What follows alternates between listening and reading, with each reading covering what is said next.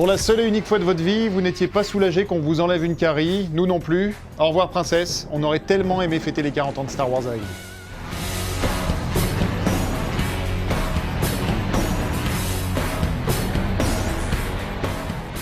Et au sommaire cette semaine dans Fanzone, on fait le point sur Star Wars, on fait le plein de photos, on fait le plein de news, on fait le plein de rumeurs. En gros, on se met à jour. Et oui, ça fait quand même un bon mois qu'on ne s'est pas vu.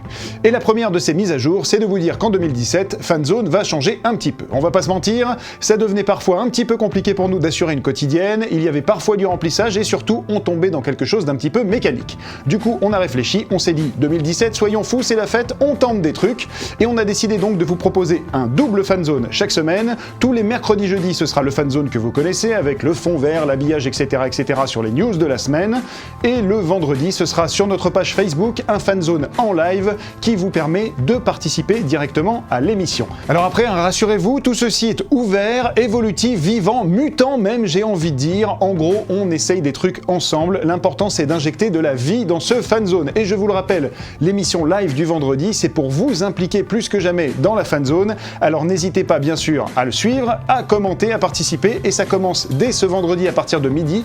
Nous serons en plateau avec l'équipe des créateurs de Pigeons et Dragons, une nouvelle série française en stop motion avec des chevaliers débiles. On vous montrera d'ailleurs des images en fin d'émission aujourd'hui. Donc moi je vous donne rendez-vous demain évidemment en live, et puis tout de suite, place aux news de la semaine. C'est parti. Et on commence par une moisson de photos en bref. Depuis la mi-décembre, on a vu passer le nouveau clown de Ça qui tente un remake des Évadés, Harrison Ford et Ryan Gosling qui se donnent la réplique quand dans la suite de Blade Runner, la première photo officielle de Thor 3 en pleine répétition avant d'aller se taper avec Hulk, la Justice League prête au combat dans un déluge de fumée digne d'un vaisseau de l'Empire Star Wars, un Logan en mode maison de retraite, en mode Bafa colonie de vacances, en mode fin de soirée hostile et en mode court forest court, un Coco garanti sans Gad Elmaleh mais avec de vrais morceaux de Pixar dedans. Quand il y en a marre, il y a Salazar, le nouveau méchant de Pirates des Caraïbes. Voici l'affiche finale de La Belle et la Bête où Disney a réussi à caser 10 humains, une bête, un chandelier, une horloge et une théière, c'est balèze. Et plein de posters personnages de Lego Batman, dignes d'un exercice de à vos pinceaux sur France 2, avec notamment les vilains Joker, Pingouin, Freeze, Homme Mystère et les jaunes et jolis Catwoman, Poison Ivy et Harley Quinn. On peut quand même dire que Suicide Squad aura au moins eu ce mérite, faire de la chérie du Joker un personnage incontournable de la pop culture, il était temps.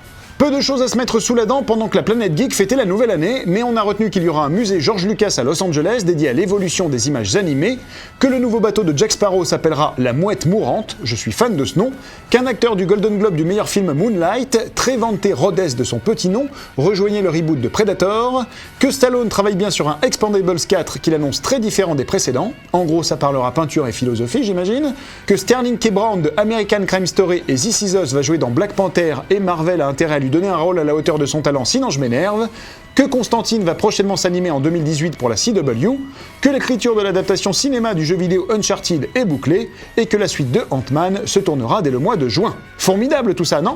Côté rumeur en bref, il se dit un jour que Ben Affleck n'est plus trop sûr de réaliser The Batman qui serait repoussé de plusieurs mois, et un autre jour que tout va bien et que ça avance. Leave Batfleck alone et laissons-le travailler s'il vous plaît.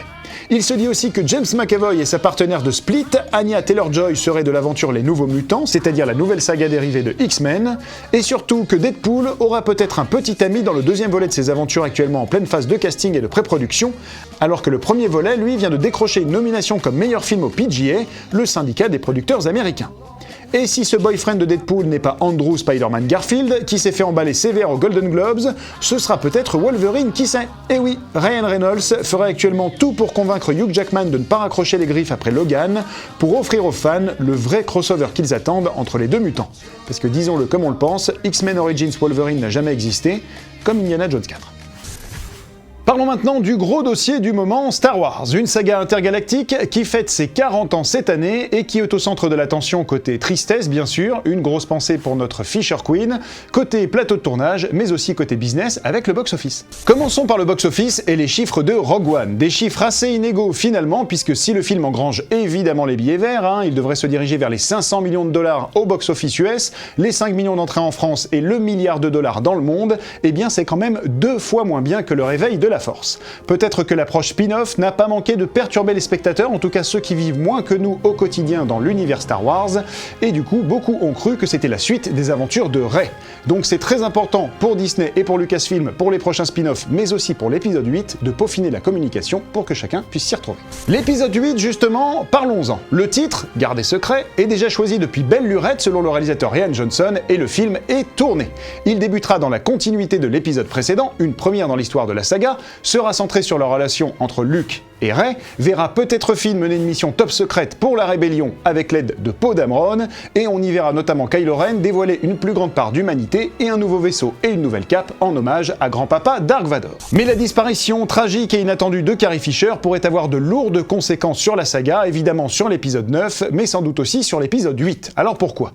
Eh bien la comédienne avait tourné toutes ses scènes de l'épisode 8, aucun souci là-dessus, mais elle devait avoir des séquences assez importantes dans l'épisode 9, des rumeurs parlent ainsi de retrouvailles avec son frère Luke, ou d'une confrontation avec son fils Kylo Ren. Dès lors, que faut-il faire avec Leia ? Faut-il complètement l'éliminer de l'épisode 8, retourner ces scènes avec un autre personnage qui amèneront une résolution dans l'épisode 9, ou au contraire faut-il garder Leia dans l'épisode 8, et la remplacer par une autre comédienne dans l'épisode 9, voire par une doublure numérique, comme ce fut le cas sur Rogue One. À l'heure où nous parlons, la production est justement en train de démêler ces questions, et à mon avis, c'est loin d'être facile. Vous, de votre côté, vous avez voté, nous avions posté un sondage sur Allociné, et vous êtes plutôt partagés, vous êtes 40% à souhaiter une doublure numérique comme dans Rogue One, quand vous êtes 49% à vouloir laisser reposer en paix Leia et Carrie Fisher.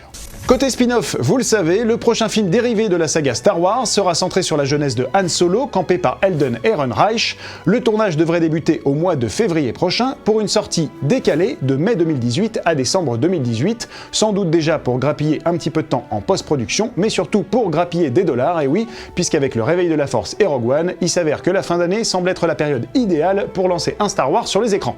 Donc désormais, il ne faudra plus dire May the Force be with you, mais December the Force be with you, ce qui, je vous l'accorde, ne veut rien dire, mais ce temps gagné, ça nous permettra d'apprendre à dire Alden Ehrenreich. C'est pas gagné ça.